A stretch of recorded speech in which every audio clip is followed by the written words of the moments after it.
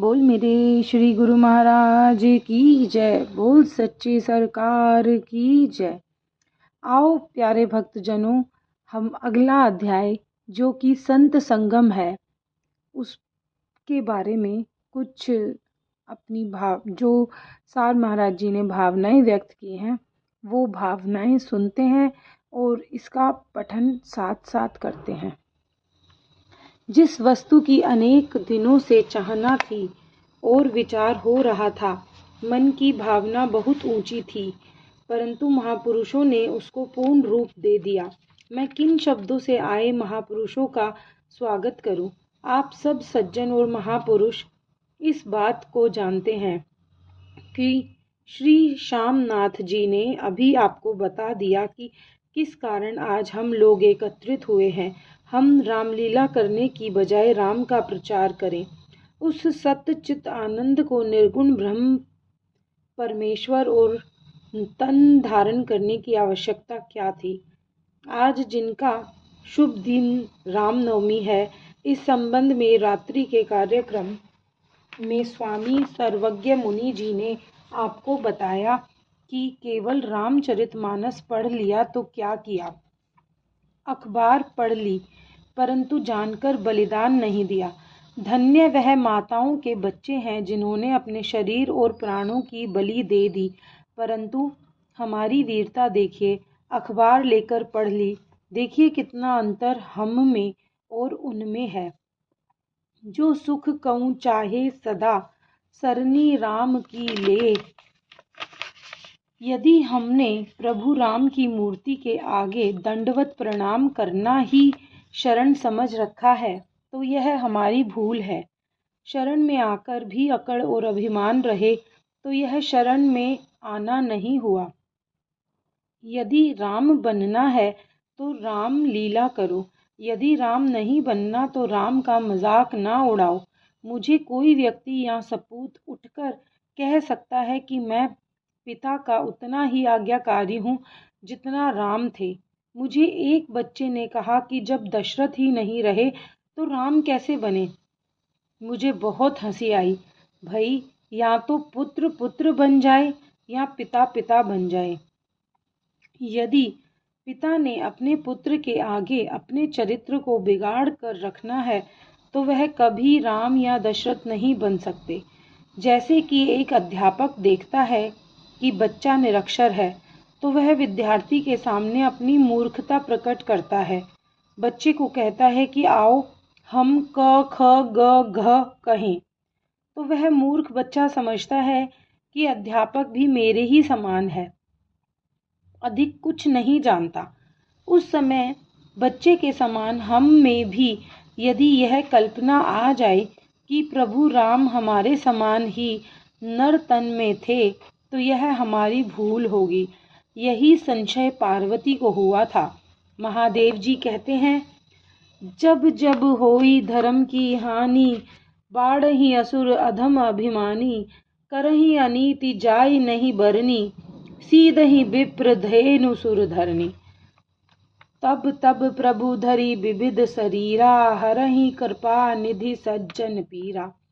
गीता के दूसरे अध्याय में भगवान कृष्ण कहते हैं, जब कभी घटती है नेकी और बढ़ती है बदी तो मैं आया होता हूँ आलम में बश शक्ले अंसरी। वक्त पर आता हूँ मैं इंसाफ करने के लिए, कत्ले मूजी और बंदा परवरी के वास्ते। किसी सज्जन का लिखा एक पुराना लेख मैंने पढ़ा। जगत के आधार गुरुदेव परमहंस श्री रामकृष्ण जी से स्वामी विवेकानंद ने निर्गुण और सगुण का निर्णय करते हुए यह प्रश्न पूछा, प्रभु यह तो मैं जानता हूँ, प्रभु सर्वज्ञ सर्वत्र समाना, प्रेम ते प्रकट होए मैं जाना। यह निश्चय कैसे हो कि यह निर्गुण सगुण कैसे हो सकता है?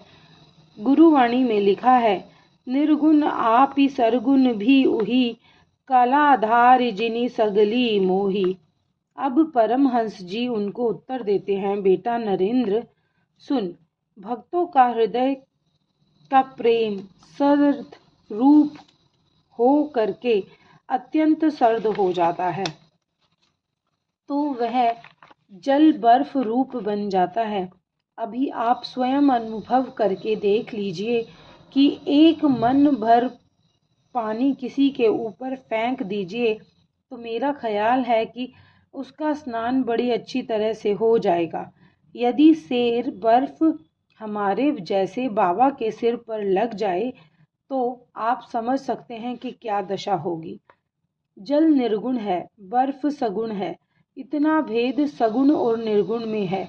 अक्षर तब तक निर्गुण है जब तक सगुण अध्यापक न मिल जाए। सगुण अध्यापक ने ही हमें बताना है। तभी तो पंचम पातशाह ने लिखा है, संत संग अंतरी प्रभु ढीठा, नाम प्रभु का लागा मीठा।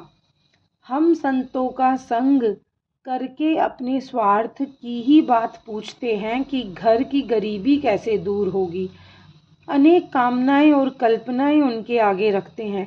वास्तविक करने की बात तो हमने वास्तविक करने की बात को तो हमने पाठ बना लिया है। मुनीम पाठ करता चले, साहूकार सुनता चले, और उगराही करने वाला कौन होगा? यदि इसी प्रकार हम पढ़ते ही चले जाएंगे, विचार नहीं करेंगे, तो उस मुनीम से भी गिर जाएंगे जिसे 40 या 50 रुपए महीना मिलता है। यदि हमने यही सीखा है तो ठीक सुल्तान बाहू एक बहुत बड़े मुसलमान फकीर हुए हैं। वह कहते हैं, पढ़ पढ़ हाफिज करन तकब्बर, मुल्ला करन वड़ियाई, सावन मादे बदला वंगन, वतन किताबां चाई। जिथे वेखन चंगा चौखा, पढ़न कलाम सवाई, तरट्टी चोड़ ओन्हा दी बाहू, जिन्हा खादी वेच कमाई। 4/18 9 पढ़े, खटपट खोया मूल, सुरत शब्द चीने बिना, ज्यों पूछी चंडूल। मैं यही प्रार्थना करूँगा कि राम लीला करने के लिए करोड़ों रुपए खर्च ना करो। यदि हमने रामलीला करने में पैसे ही खर्च करने हैं, स्वांग ही बदलने हैं, तो क्या लाभ हुआ? हम स्वांगों में फंस गए और वास्तविकता को भूल गए। आज हम इस बात में पड़े हैं, कब अयोध्या हो, कब दशरथ और कब कौशल्या हो, तो तब राम आवे। हम उनसे कहते हैं, पहले परमिट दिखाओ, तब हम राम मानेंगे। हम वास्तविक बात को भूल गए। नदिया एक घाट बहुतेरे, कह कबीर समझ के फेरे। प्यास लगी है परंतु घाट को देखते रह गए। कौन सा अच्छा है? इससे तो रोगी अच्छा है। उसके मन में द्वैत नहीं कि डॉक्टर हिंदू, मुस्लिम, सिख अथवा ईसाई है। रोग को दूर करना है तो इस भिन्न भेद से भी परे हटना होगा। हऊ में दीर्घ को रोग है, दारू भी इस माही, कृपा करे जे आपनी, गुर का शब्द कमाही। यह वाणी पाठ करने के लिए नहीं है। आज हमें राम उपासक कहलाने में लज्जा आनी चाहिए। रात कव्वालों ने बंदगी का रूप बताया कि बंदगी क्या है, कि कुफर से पहले शर्मिंदगी होनी चाहिए। इसलिए प्रभु राम ने जो सिखाया है उस पर हम चलें।